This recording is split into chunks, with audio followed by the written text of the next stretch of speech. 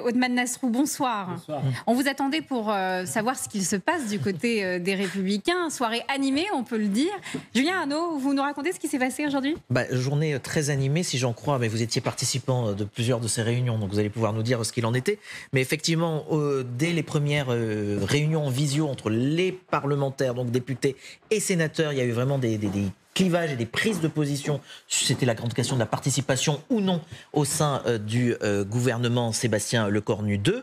Il y a eu un choix qui a été fait de ne pas participer à ce gouvernement Lecornu II. Un bureau politique avait été réuni, c'est à l'issue de ce bureau politique que la décision avait été prise. Et là, on a pu entendre et comprendre que des noms d'oiseaux avaient été changés, que certains députés ont dit c'est une mascarade, on ne veut pas être les otages des sénateurs. Ce sont des mots qui m'ont été rapportés, qui ont été employés. Certains ont coupé leur visio avant d'avoir dans la soirée un mail de Bruno Retailleau aux adhérents du parti Les Républicains, une autre visioconférence avec les députés et Laurent Wauquiez il y a quelques instants. Ça s'arrête quand ? Moi, j'aimerais bien que ça s'arrête, mais ce que vous me décrivez là, ça m'a pas l'air d'être le propre d'une seule famille politique. Non, c'est l'état du pays. Pardon de vous le dire, c'est la pagaille partout. Voilà, parce que la situation est compliquée, parce que le pays est fatigué de ces gouvernements qui se constituent, qui chutent, et qu'on a besoin de stabilité. Donc bien sûr que chez nous, il y a des divergences, il y a des débats. Sont un peu plus à vif chez vous que... Non, mais moi, ça m'a fait sourire, parce qu'évidemment, le récit que vous en faites est amusant. La réalité est parfois même moins amusante, mais c'est normal qu'il y ait des débats internes, c'est normal qu'il y ait des nuances. Nous ne sommes pas une caserne. Non, écoutez, franchement... C'est normal qu'il y ait encore une fois des lignes différentes, mais nous sommes d'accord sur l'essentiel. D'abord, nous sommes d'accord pour qu'il y ait de la stabilité. Donc personne chez nous ne dit qu'il faut faire tomber ce gouvernement tout de suite à tout prix. C'est pas l'enjeu. Personne ne dit qu'il faut censurer tout de suite. Tout le monde dit qu'il faut soutenir tout ce qui va dans le bon sens, texte par texte. C'est d'abord un budget pour qu'il y ait un budget le moins pire possible. Et effectivement, il y a eu un débat sur la question de la participation et la position de Bruno Retailleau, qui est celle qui a été retenue par la majorité du bureau politique, après un long débat avec les parlementaires, sénateurs, députés, eurodéputés, c'était effectivement de ne pas participer, considérant que les conditions n'étaient pas réunies. Voilà, le psychodrame que vous décrivez. Une question, pardon, mais moi je raisonne en tout cas avec ce que j'observe dans le parti politique que je suis pour l'opinion, notamment le Parti socialiste. Ils ont coutume, lorsque certains vont à rebours de décisions collectives, d'exclure tout bonnement ou d'engager des procédures d'exclusion contre certains membres.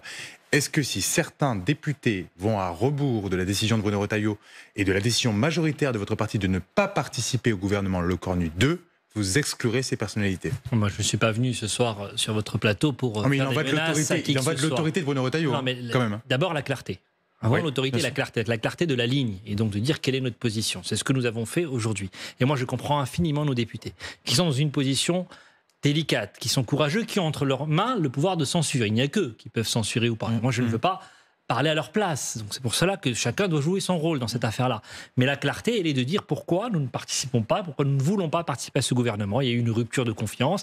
Il y a, et ce n'est pas vous qui allez me dire l'inverse, une balance qui penche à gauche sur la réalité des mesures. Désormais, on parle de détricoter la réforme des retraites. Et y compris donc, à l'intérieur du groupe LR, effectivement. Une majorité de députés LR disposée à Vous comprenez, Othmane Nasrou, ces députés qui, eux, se disent... C'est tout de même une ligne de votre parti, qui ne sont pas contre cette suspension de la réforme des retraites. Ça peut paraître surprenant pour des électeurs de droite. Un peu. Moi, ce que j'aimerais vous dire, c'est qu'au-delà du débat sur la réforme, et je vais y revenir, c'est que si on touche à cette réforme, on ne pourra plus jamais faire une réforme dans notre pays. Parce que ça veut dire que dès qu'il y en aura une qui sera adoptée, sous la pression des uns et des autres, on pourra à n'importe quel moment la remettre en cause. Donc il faut comprendre que c'est aussi cela qui fait que nous sommes majoritairement opposés au fait qu'on y touche. Jurisprudence, réforme des retraites, un peu. C'est pour la suite. Mais oui, bien sûr, parce qu'autrement, aucune réforme ne tiendra. Et donc, on a besoin de réforme. C'est d'ailleurs la seule réforme structurelle de ce second quinquennat. Et donc, nous avons besoin de la garder. Et puis, au moment où nous avons accumulé une montagne de dettes et de déficits, je ne suis pas certain que revenir sur cette réforme soit une bonne mesure. Mais vous savez que certains disent, dans votre parti, c'est une réforme macroniste, pourquoi pas faire en sorte de la faire tomber? Mais je viens de vous dire pourquoi, parce que derrière, on ne pourra plus sécuriser aucune réforme, d'une part. Et puis d'autre part, parce qu'on cède à la gauche. Et moi, je vous rappelle que si on est entré au gouvernement, c'est précisément pour empêcher la gauche d'arriver au pouvoir. Alors, est-ce qu'aujourd'hui, on empêchera la gauche d'arriver au pouvoir en appliquant son programme ? Donc moi, je n'y crois pas, et donc c'est pour cela que nous voulons de la stabilité, nous voulons soutenir tout ce qui va dans le bon sens, nous voulons que le gouvernement tienne, nous voulons un budget, mais nous ne pouvons pas appliquer nous-mêmes des idées que nous pensons contraires, évidemment, à l'intérêt du pays. Et cette réforme des retraites, même s'il y a des débats, même si elle est imparfaite, en tout cas, elle a un mérite, c'est qu'elle reconnaît qu'il faut travailler plus longtemps pour préserver le régime de retraite par répartition. Monsieur Nasrou, vous dites, on voit bien que le programme penche à gauche, que la gauche a réussi à obtenir un certain nombre de choses. Est-ce que ça veut dire qu'ils sont meilleurs négociateurs que vous ? Ou est-ce que ça veut dire qu'avec le psychodrame de Bruno Retailleau dimanche soir, vous avez perdu beaucoup de votre levier de négociation avec Sébastien Lecornu ? Non, je ne crois pas. Et le psychodrame, je ne me ferai pas croire qu'un gouvernement chute à cause d'un tweet. Et vous avez vu les retombées qui étaient celles de ce gouvernement. C'est quand même un peu ce qui s'est passé. Non, mais ce qui s'est passé, c'est que ce gouvernement était très mal accueilli par tout le monde. Je me rappelle que Gabriel Attal a dit qu'il ne le comprenait pas, qu'Édouard Philippe... Non, il a dit qu'il ne comprenait pas les décisions du président de la République. Il parlait du gouvernement qui a été annoncé. En tout cas, c'était 48 heures après l'annonce du gouvernement. Si vous êtes le porte-parole de Gabriel Attal... Non, je n'ai pas cette ambition-là. Ce que simplement je peux vous dire, c'est que ce gouvernement était très mal accueilli. D'ailleurs, la preuve, c'est que maintenant, le Premier ministre nous dit qu'il va faire un gouvernement totalement différent. Donc, vous voyez bien qu'il y avait un problème dans la construction de ce gouvernement, au-delà de la rupture de confiance dont on a pu parler. Moi, simplement, ce que vous pensez vraiment que si Bruno Retailleau n'avait pas claqué la porte, le gouvernement serait tombé de toutes les manières ? Mais ce qui fait tomber le gouvernement, c'est la censure. Sinon, aujourd'hui, qu'on participe ou pas, la démission un gouvernement a été remise ne précipite pas sa après chute. le tweet de Bruno Retailleau. Oui, on se le dise tout de même. Très bien, mais ce n'est pas les Républicains qui ont fait tomber le gouvernement. Mais soyons francs, quand on a une base parlementaire aussi étroite que 210 députés, quand vous amputez d'un quart en retirant les 50 députés LR, parce que de fait, la participation, le soutien et la censure, ce sont trois choses différentes, et vous le savez très bien. J'aimerais juste revenir sur la question du poids de la gauche. Ceux qui rendent un énorme service à la gauche aujourd'hui, c'est le Rassemblement national. Puisqu'ils disent qu'ils vont tout censurer quoi qu'il arrive, ils installent le PS comme étant l'arbitre de toutes les élégances. Tout à fait. Et c'est ça le vrai problème aujourd'hui. Et je trouve qu'il y a une énorme indulgence vis-à-vis du Rassemblement national, qui ne fait pas son travail d'ailleurs de parlementaire. Je parle de leurs députés et de leurs quelques sénateurs, parce que très franchement, c'est pas une position sérieuse. Et donc, excusez-moi, quand Bruno Retailleau dit pas une voix pour la gauche, Othmane Nasrou, est-ce qu'on n'est pas aussi dans un service au Rassemblement national ? Ah non, là on est plutôt dans un service dans l'intérêt du pays. Parce que quand la gauche s'est alliée avec la France insoumise, cette alliance de la honte aujourd'hui, elle la porte encore. Et moi je vous le dis aussi, je peux vous le redire sur le plateau, nous ne voterons jamais pour la gauche mélenchonisée. Et pour le Rassemblement national ? Non, écoutez, ce diktat aujourd'hui qui a consisté à faire croire qu'on pouvait faire barrage au Rassemblement national en votant pour l'extrême gauche, ça n'est pas possible.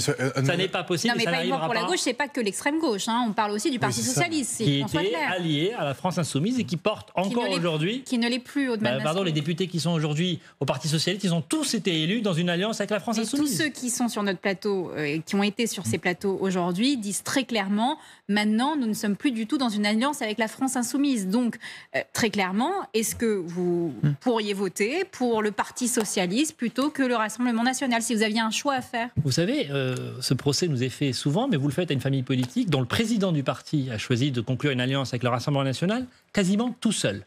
Tout seul. Quasiment personne ne l'a suivi de chez nous. Donc on a tenu bon dans des circonstances effroyables en 2024. J'ai l'impression que c'était il y a 10 ans, c'était de l'année dernière. Et donc nous n'avons pas de leçon à recevoir là-dessus sur la clarté, sur notre droiture. Et je vous le dis encore une fois, parce que le Rassemblement national a d'ailleurs le même programme économique que la gauche. Mais pardon de le dire. Donc aujourd'hui, c'est nous qui avons la responsabilité de faire le rempart face à la gauche. Et je vous le dis, nous ne sauverons pas le pays en votant à gauche. Othmane Nasrou, il y a eu cette question de l'union des droites qui s'est posée plusieurs fois au sein même de votre parti. Vous êtes dans quel camp? Où vous vous positionnez? Moi, je suis dans le camp de la droite parce que je conteste cette idée d'union des droites. D'ailleurs, où sont-elles ces droites? Je vous rappelle que quand vous interrogez Marine Le Pen, alors quel est le curseur pour vous? Attendez, pardon. Marine Le Pen elle-même dit qu'elle n'est ni de droite ni de gauche. Je ne sais pas pourquoi vous parlez d'union des droites. Elle est plus proche de Bruno Retailleau qu'Olivier Faure. Ah non, elle a dit qu'entre les deux, elle refusait de se prononcer, qu'elle n'avait pas de préférence. Non, mais c'est ce qu'elle a dit sur votre antenne d'ailleurs, donc c'est très clair. Donc quand on lui parle de baisser la dépense publique, elle répond non, mais ça c'est des trucs de droite. D'un air dédaigneux. Donc, il faut arrêter avec l'union des droites. Il n'y a pas des droites dans ce pays. Il y a un parti qui se dit ni de droite ni de gauche et qui a effectivement une démarche populiste aujourd'hui qui consiste à vouloir tout censurer, qui a censuré le gouvernement le plus à droite depuis 2012, celui de Michel Barnier. Donc, pardon, ne me demandez pas aujourd'hui, encore une fois, cette éternelle question de savoir si on va se diluer du côté du Rassemblement national. Par contre, je vous le redis, tout de suite, vous ne me ferez pas culpabiliser. La gauche aujourd'hui française est la gauche la plus rétrograde d'Europe. Nous ne voulons pas ces idées au pouvoir et nous ne voterons pas pour elles. Voilà. Donc, très clairement, s'il y a un débat autour de la réforme des retraites, si on va, alors peut-être pas vers une suspension, mais sur quelque chose qui y ressemblerait, c'est-à-dire une partie de la réforme des retraites qui serait modifiée, peut-être l'âge légal, ou peut-être pas les trimestres, comme l'a dit Marine Tondelier, vous votez la censure. Alors d'abord, moi je ne suis pas député, donc ce sont nos députés qui décident de la censure. Mais nous déciderons de cette question le moment venu. Le but c'est que ça n'arrive pas. Voilà, le but c'est que ça n'arrive pas. Vous l'avez dit, le Parti socialiste, la gauche joue son rôle dans le débat public. Il faut que nous on joue notre rôle et qu'on se tienne bon sur nos idées. Voilà, pour qu'il n'y ait pas cette tentation de regarder trop à gauche. Et je vous le dis, aujourd'hui, le pays, il n'a pas besoin de plus de dépenses, il a besoin de moins de dépenses. Il n'a pas besoin de plus de fiscalité, il a besoin de moins de fiscalité. Donc voilà, et il faut que nous, la droite française, tout seul, encore une fois, sans le RN, on joue ce rôle de rempart face à ces idées mortifères qu'on nous a serinées pendant des semaines avec la taxe Zuckman, avec le retour de l'ISF. Si nous n'avions pas, nous, fait barrage à ces idées-là, elles seraient aujourd'hui au pouvoir. Mais Bruno Retailleau a dit très clairement, le socle commun est mort. Quand vous voyez ces mots-là, quelles sont vos lignes rouges au sein du parti Les Républicains ? Quand on voit ces divisions entre les députés tout de même et le parti, on peut se poser la question. Quelles vont être vos lignes rouges pour cette déclaration de politique générale? On va d'abord l'entendre, cette déclaration de politique générale. Je ne vais pas commencer à faire un commentaire sur une déclaration qui n'est pas faite. Mais vous avez bien des lignes rouges en tête. Vous savez très bien que le débat, Sébastien Lecornu a dit très clairement, je ne ferme pas la porte à un débat sur la réforme des retraites, pas un débat sur la taxation des plus riches, et j'abandonne le 49.3. Il y a tout de même des points qui sont très clairs. Vous, quelles sont vos lignes rouges là-dessus? Moi, je veux vous le redire d'une autre manière, si vous préférez. Nous, ce que nous souhaitons, c'est la stabilité des prélèvements obligatoires, qu'on n'augmente pas les impôts dans ce pays. Vous voyez pourquoi nous ne pouvons pas entrer dans un gouvernement si on cède à la gauche sur ce point-là. Il me semble que dans les demandes du Parti socialiste, il n'y a pas la seule suspension de la réforme des retraites. Non.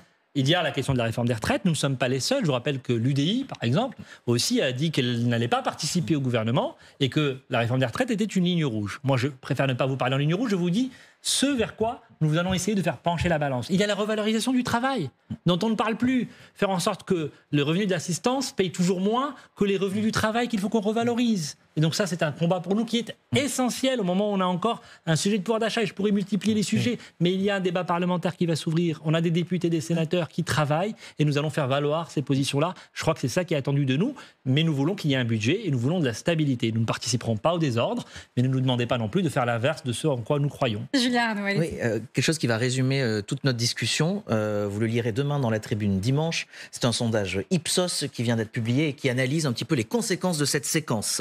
Ça sortira demain. Tous les leaders de la droite et du centre laissent des plumes dans cette séquence. Bruno Retailleau notamment, qui était à 27% de satisfait le mois dernier, tombe à 20% aujourd'hui. Sébastien Lecornu, il gagne 11 points dans ce baromètre, qui a été réalisé jeudi et vendredi dernier. Et les personnalités qui trustent les 3 premières places de ce classement politique sont Marine Le Pen, Jordan Bardella, Marion Maréchal, chantre de l'Union des droites. Ce sont les 3 personnalités. Qu'est-ce que vous dites là en regardant ces chiffres et à l'issue de cette séquence de plusieurs jours, voire plusieurs semaines? Mais je vous dis évidemment que cette séquence était affligeante et que je pense que beaucoup de nos concitoyens ont détourné le regard. Et si vous croyez que moi, cette séquence, j'y ai pris du plaisir, pas du tout. C'est très désagréable. Mais la question, c'est comment on en sort.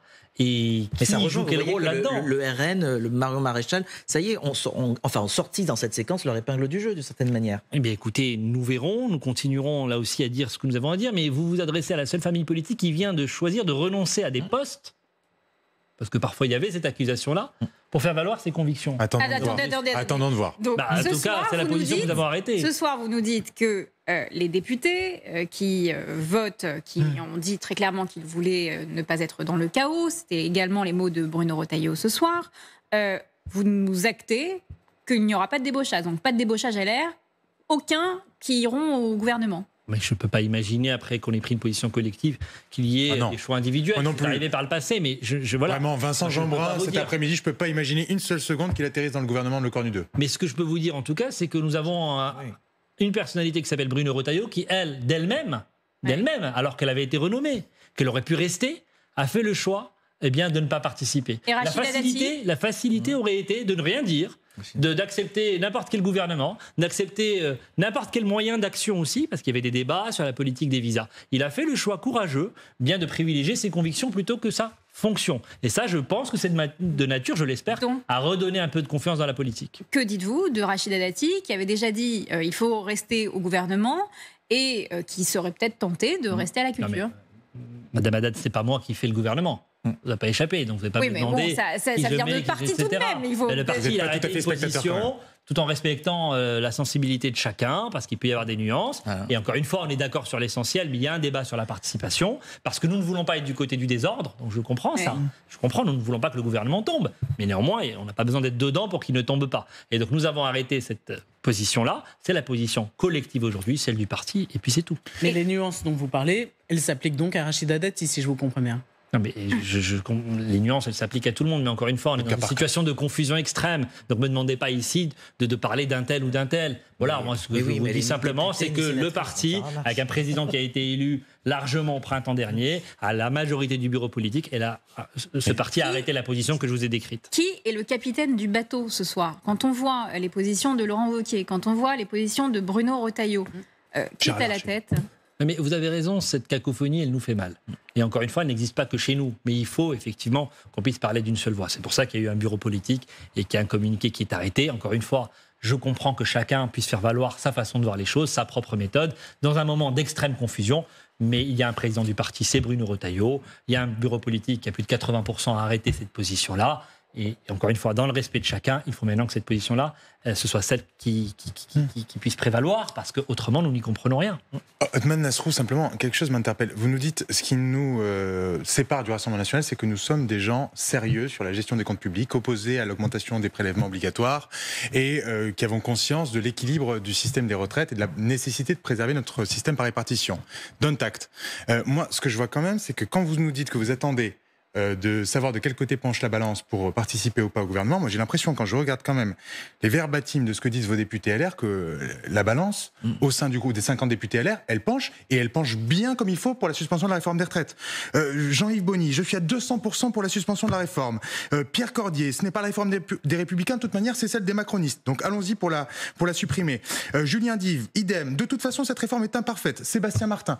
Donc, pardon, mais c'est quoi? C'est des libéraux en peau de lapin? Eux aussi, ils sont gagnés par la gauche? C'est contagieux? Je comprends pas. Oui, enfin, je vous rappelle que nous sommes les seuls, encore une fois, à tenir bon sur ce type de position, y compris sur la baisse de la dépense publique. Nous sommes les seuls. Voilà. Il y a une majorité de députés. Il y a une majorité. Je vous rappelle qu'il y a eu un vote sur cette réforme en 2023, que les 2/3 de nos députés n'ont pas censuré le gouvernement sur la question de la réforme des retraites. Et je respecte. Oui, c'est 1/3, et vous avez 2/3 qui ne l'ont pas fait. Donc 2/3 qui ont laissé passer cette réforme. Donc quand vous me dites qu'il y a une majorité, je pourrais vous dire non, c'est l'inverse. Mais la réalité, encore une fois, c'est que moi je comprends ceux qui étaient hésitants sur cette réforme. Elle est imparfaite, il y a des choses à améliorer, elle a été bon, on pourrait refaire ce débat-là de 2023 plusieurs fois. Notre position collective, majoritaire, c'est de dire qu'il ne faut pas toucher à cette réforme. Voilà, je ne peux pas être plus clair que cela. Même si, bien sûr, il y a des gens, et je le respecte, qui ne sont pas attachés à cette réforme autant que moi ou autant que d'autres, je le respecte infiniment. Mais ce que je vous dis simplement, c'est que si on touche à cette réforme, plus aucune réforme ne sera possible. D'ailleurs, on parle de suspension, mais la réalité, c'est que juste après, on aura l'abrogation. Et je ne crois pas que le PS s'arrêtera. Je vous suis absolument et tout à fait sur ce point, sur le fait qu'on achèvera d'envoyer le signal que la France est un pays irréformable si on suspend cette réforme des retraites et qu'elle équivaut à une abrogation. Simplement, ce que je vous dis, c'est qu'aujourd'hui, quand vous invoquez l'argument à la question de Marc Haddad sur l'union des droites, de dire que vous n'êtes en rien comparable au Rassemblement national en matière de politique économique, cet argument est en train de tomber, et de tomber sérieusement. Quant ensuite à la vision de la France sur tout un tas d'autres aspects que la politique économique, moi j'ai souvenir de Bruno Retailleau à Port-Marly, qui, reprenant les propos de Laurent Fabius, disait que la différence entre la droite et l'extrême droite, c'est la différence entre une pensée et une arrière-pensée. Donc je ne sais pas où vous en êtes précisément de votre cheminement, mais j'ai l'impression quand même que l'union des droites avance. J'aimerais rajouter également, Sophie Primas, que vous aimez beaucoup, Othman Nasrou, a tout de même répondu, ça dépend pour quoi faire.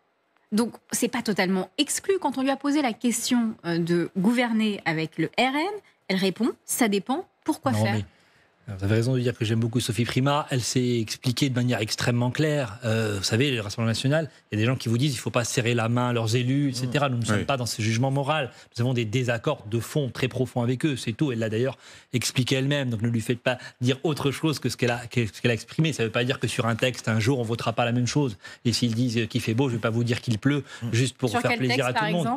Mais par exemple, la loi sur le narcotrafic, ils l'ont votée, qui a été portée courageusement d'ailleurs par la droite, et par Bruno Retailleau en particulier, par le sénateur Étienne Blanc aussi.